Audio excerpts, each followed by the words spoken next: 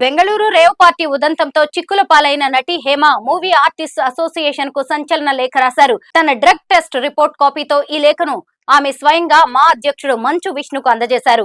Rave party విషయంలో తనపై అసత్య ప్రచారం జరిగిందని, మీడియా కథనాల ఆధారంగా తన సభ్యత్వంపై వేటు వేయడం సరికాదని ఆవేదన వ్యక్తం చేశారు. తనకు షోకాజ్ నోటీస్ ఇవ్వకుండా, తన వివరణ కోరకుండా ఏకపక్షంగా సభ్యత్వం తొలగించడం అన్యాయమని లేఖలో పేర్కొన్నారు. ఇటీవల తాను డ్రగ్స్ టెస్ట్ చేయించుకున్నానని, అందులో నెగిటివ్ వచ్చిందని హేమ పేర్కొన్నారు. ఈ లేఖతో పాటు తన డ్రగ్ టెస్ట్ రిపోర్ట్ ను కూడా మంచు విష్ణుకు అందజేశారు.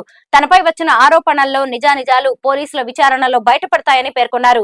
ఆ మధ్య బెంగళూరులోని ఓ ఫామ్ హౌస్ లో రేవ్ పార్టీ జరుగుతుండగా పోలీసులు దాడి చేసి పలువురిని అరెస్ట్ చేసిన విషయం తెలిసిందే. అందులో తెలుగు నటి హేమ కూడా ఉన్నారని పోలీసులు వెల్లడించగా, తనకేం సంబంధం లేదని, తాను హైదరాబాద్ లోనే ఉన్నానని హేమ ఓ సెల్ఫీ వీడియో విడుదల చేశారు.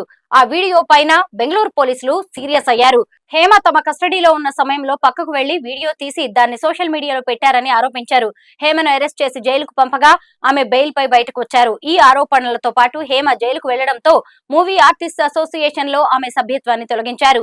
మాలో తన సభ్యత్వం తొలగింపును నటి హేమ తప్పుబట్టారు. మా బైలాస్ ప్రకారం తనకు ముందుగా షోకాజ్ నోటీస్ జారీ చేయాలని, తన వివరణ కోరాలని చెప్పారు. నోటీసులకు తాను ఇచ్చిన వివరణపై సంతృప్తి చెందకపోతే అప్పుడు సభ్యత్వం రద్దు చేయాలని వివరించారు. కానీ తనకు ఎలాంటి నోటీస్ ఇవ్వకుండా అసోసియేషన్ నుంచి తీసివేశారని గుర్తు చేశారు.